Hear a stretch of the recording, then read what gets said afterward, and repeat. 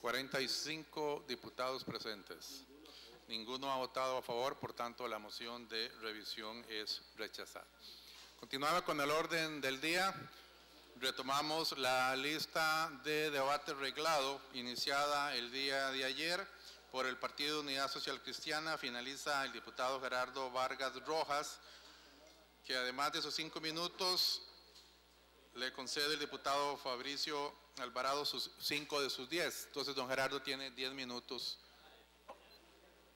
No, señor presidente, también el diputado Avelino Esquivel me ha concedido 3 minutos y la diputada Carmen Quesada 2 minutos más. En total serían 15 minutos que le ruego empezar a computar a partir del momento que usted indique. Perdón, ¿quién más le concedió? El diputado Avelino Esquivel, sí. 3 minutos y 2 minutos la diputada Carmen Quesada. Carmen Quesada, -2 y Avelino Esquivel, -3. Adelante, diputado Gerardo Vargas Rojas, 15 minutos. Gracias, señor presidente. Con su venia, empiezo con mis 15 minutos a partir de este momento. Buenas tardes a todas y a todos. Antes de entrar a hablar del tema de la reforma constitucional del artículo 1, quisiera referirme a la impunidad en el caso del asesinato del ambientalista Jairo Mora. Los gazapos que inutilizan las pruebas de este caso son inconcebibles. Y al decir esto, espero que no me allanen en la oficina, como le pasó a don Walter Céspedes, por denunciar casos importantes. Casos importantes que todavía no han tenido respuestas en el Ministerio Público. Debo ser claro que en el Ministerio Público están en deuda y se ha venido fallando desde que algún fiscal general convirtió su trabajo en un show para los medios hace algunos años. Desde ese momento se ha convertido la impunidad en una regla muy frecuente y la justicia pronta y cumplida en una rara excepción. Se pierden casos como el de Jairo Mora por errores inexplicables, pero también conozco casos en donde se han derrochado recursos del Estado tratando de encontrar culpables donde no los hay, por décadas. Volviendo a la reforma constitucional, se pretende reformar el artículo 1 de la Constitución Política, artículo que actualmente señala: Costa Rica es una república democrática, libre e independiente. Ahora, unánimemente este plenario agrega a ese artículo los adjetivos pluricultural y multiétnica.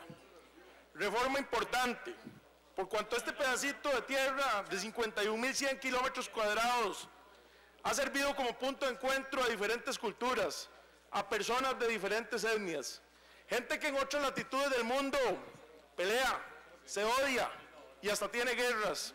En Costa Rica son amigos, hacen negocios, se enamoran, contraen matrimonio y conforman familias. Y es que así es la familia costarricense, una familia en donde todos somos igualiticos, de ahí el origen de los ticos. Los costarricenses siempre hemos dicho, no al racismo, no a la xenofobia y no a la discriminación. Sin embargo, hay quienes inconscientemente han sembrado el odio y han dividido a la familia costarricense. En este sentido me precio, y ahora verán ustedes por qué, de haber sido presidente ejecutivo del IDA, hoy INDER, anteriormente IDCO, institución responsable de la recuperación de terrenos en territorios indígenas. De eso les quiero hablar el día de hoy. Obligación en la que el Estado costarricense tiene una gran deuda. En 1985, el gobierno de Luis Alberto Monge adquirió y recuperó, conforme a la ley, cerca de 10 hectáreas. En el gobierno del doctor Abel Pacheco, siendo este servidor presidente ejecutivo durante el 2005, este instituto recuperó cerca de 2.300 hectáreas de territorio indígena. Entiendo que en la administración pasada se recuperaron legalmente una buena cantidad de hectáreas que no preciso en este momento en cantidad. Conozco a fondo la ley indígena y el procedimiento legal para recuperar terrenos. No podemos confundir el proceso legal para reivindicar territorio indígena conforme a la ley con una mera invasión que respete los procedimientos legales y los derechos de otras personas. La legislación costarricense no admite las vías de hecho. Por más sagrada que sea la reivindicación de los derechos de los pueblos originarios, no podemos apoyar la comisión del delito de usurpación en ningún metro del terreno de los 51.100 kilómetros cuadrados de territorio costarricense, ya sea que el ocupante sea blanco, mestizo, afrodescendiente, indígena, nacional, extranjero, persona física o jurídica. En un Estado de Derecho se valoran las leyes, se siguen los procedimientos legales y se respeta el derecho ajeno.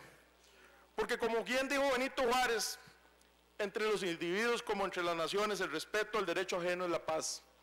Desde hace muchos años y de forma continua he visitado diferentes territorios indígenas. Siendo un niño celebré la cedulación indígena impulsada por el doctor Miguel Ángel Rodríguez a principios de los años 90. En los últimos meses igualmente varias veces he visitado algunos territorios indígenas. Tengo buenos amigos en esas zonas y puedo dar fe de que la inmensa mayoría de los indígenas, al igual que la inmensa mayoría de los costarricenses, también creen en una república democrática, libre, independiente, multicultural y pluriétnica. Una nación libre de discriminaciones, de racismo y xenofobia. Una nación llena de respeto, tolerancia y paz. Es por esto que no puedo dejar de denunciar ante este plenario legislativo a las voces del odio. No puedo dejar de mencionar que también hay una pequeña minoría que se apunta al racismo y a lo que han llamado limpieza étnica. No puedo ocultar que así como la inmensa mayoría de costarricenses, indígenas y no indígenas, queremos un país sin discriminación, también existe quienes hacen diferenciaciones odiosas, no solo entre indígenas, blancos y afrodescendientes, sino entre diferentes etnias indígenas, pretendiendo olvidar que todos somos costarricenses, que todos somos hijos de Dios. Fui electo por una provincia donde convivimos extranjeros, nacionales, afrodescendientes, blancos, chinos, mestizos e indígenas. Y dentro de los indígenas, bribris, cabécares, teribes, guaymís y burucas. En los últimos meses me han hablado costarricenses de diferentes colores y etnias para manifestarme su disconformidad con la parcialidad y discriminación del actual gobierno respecto al programa de recuperación de tierras, entre comillas, que ejecuta la Asociación de Desarrollo Integral de Salitre, utilizando las vías de hecho para la mal llamada reivindicación de derechos del pueblo indígena bribri.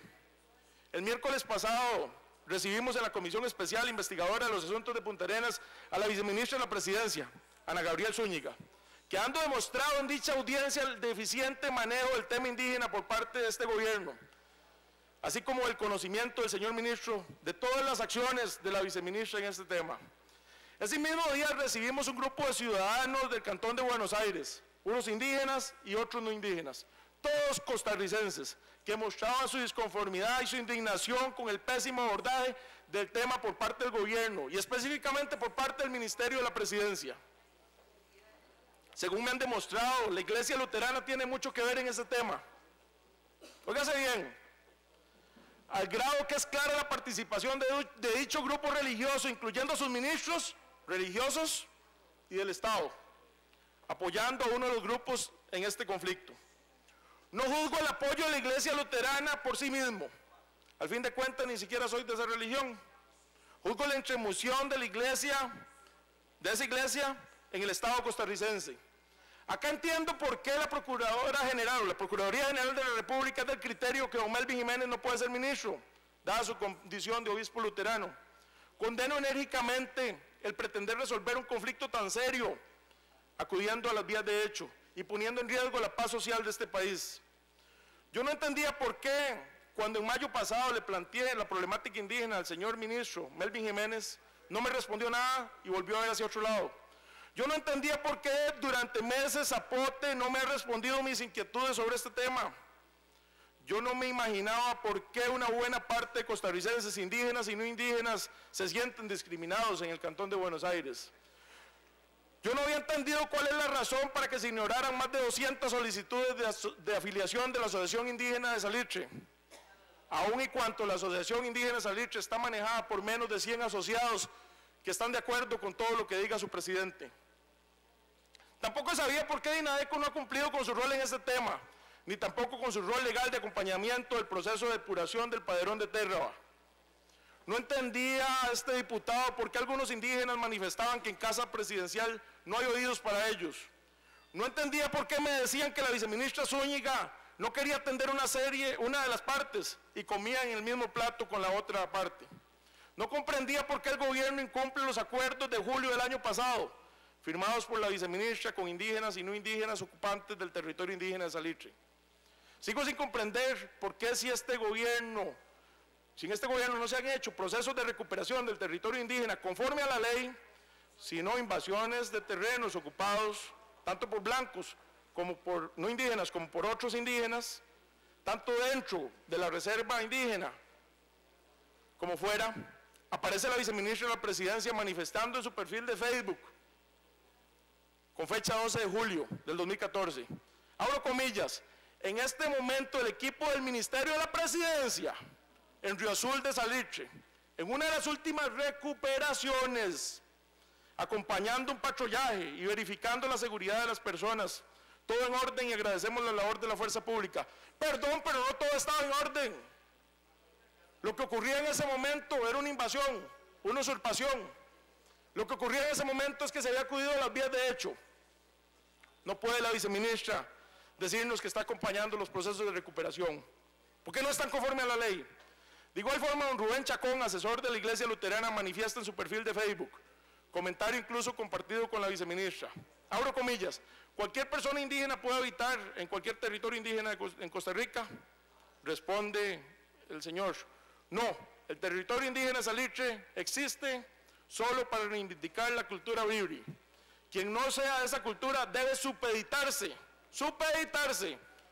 a los bribri. Las personas bribris que han recuperado esas tierras están amparadas en el derecho de que las mismas son inalienables desde que se enmarcaron por primera vez en el Decreto Ejecutivo 34 del año 1956. No podemos justificar los medios por perseguir un fin noble. Así como Heiner Mora, asesor del Ministerio de la Presidencia en temas indígenas, mediante su perfil de Facebook manifiesta, abro comillas, desde esta mañana el pueblo indígena Maleco hace toma de una finca en propiedad ilegítima de un no indígena. Más de 40 familias indígenas, basadas en nuestros derechos ancestrales, reclamamos la devolución de nuestras tierras en manos no indígenas. Cierro comillas. Esto es acudir a las vías de hechos, compañeros y compañeras. Tengo en mi poder un pronunciamiento de la Iglesia Luterana Costarricense en la que se establece el apoyo a las recuperaciones de tierra por las vías de hecho, realizadas por parte de uno de los grupos en conflicto. Debe explicarnos don Melvin Jiménez y la Iglesia Luterana si es o no es cierto que esa iglesia ha trasladado grupos de indígenas para ser instruidos en la toma de terrenos por las vías de hecho. Vías de hecho confirmada a varios diputados de este plenario. Ahí estuvo don Otón Solís, ahí estuvo don Oliver Jiménez y estuvo este servidor, algunos otros compañeros.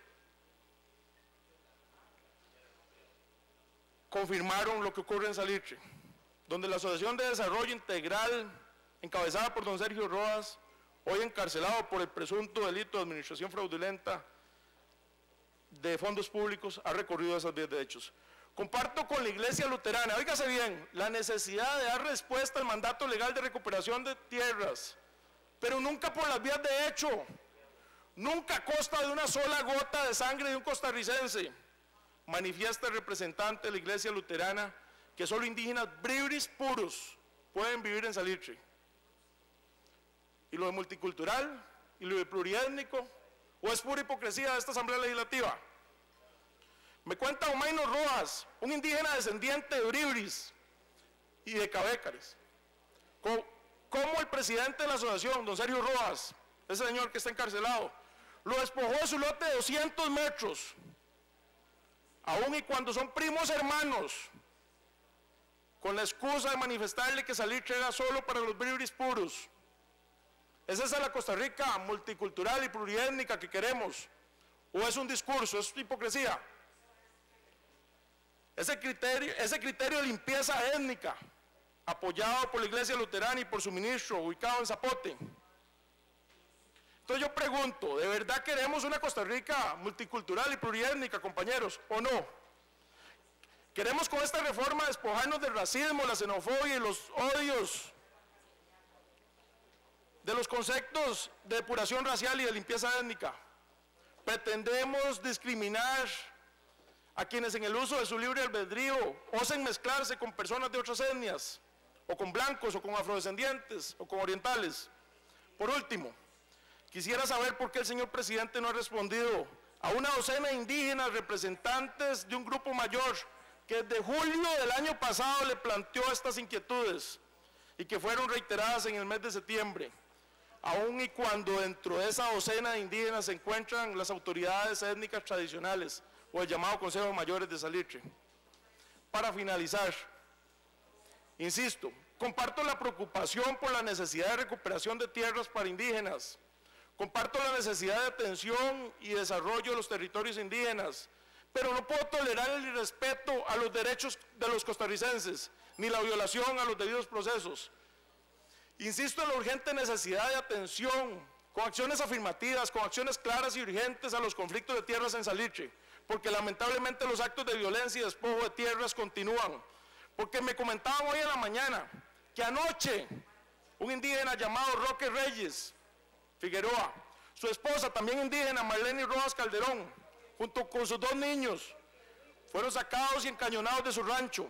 Su rancho fue quemado parcialmente. Se les privó de libertad por 2 horas y se les sacó, se les expulsó por algunos familiares de don Sergio Rojas, por el grupo que se ha hecho llamar Recuperadores de Tierras y que cuenta con el aval de este gobierno, de la Iglesia Luterana y don Melvin Jiménez. Seguiré esperando las respuestas del Poder Ejecutivo, especialmente las de don Melvin Jiménez. De igual forma seguiré denunciando lo que tenga que denunciar. Muchas gracias, compañeros y compañeras, y les pido reflexionemos sobre este hecho tan serio que afecta a la paz social de este país. Gracias, diputado Vargas Rojas. Tiene la palabra la diputada Carmen Quesada, entiendo. Doña Carmen, sí.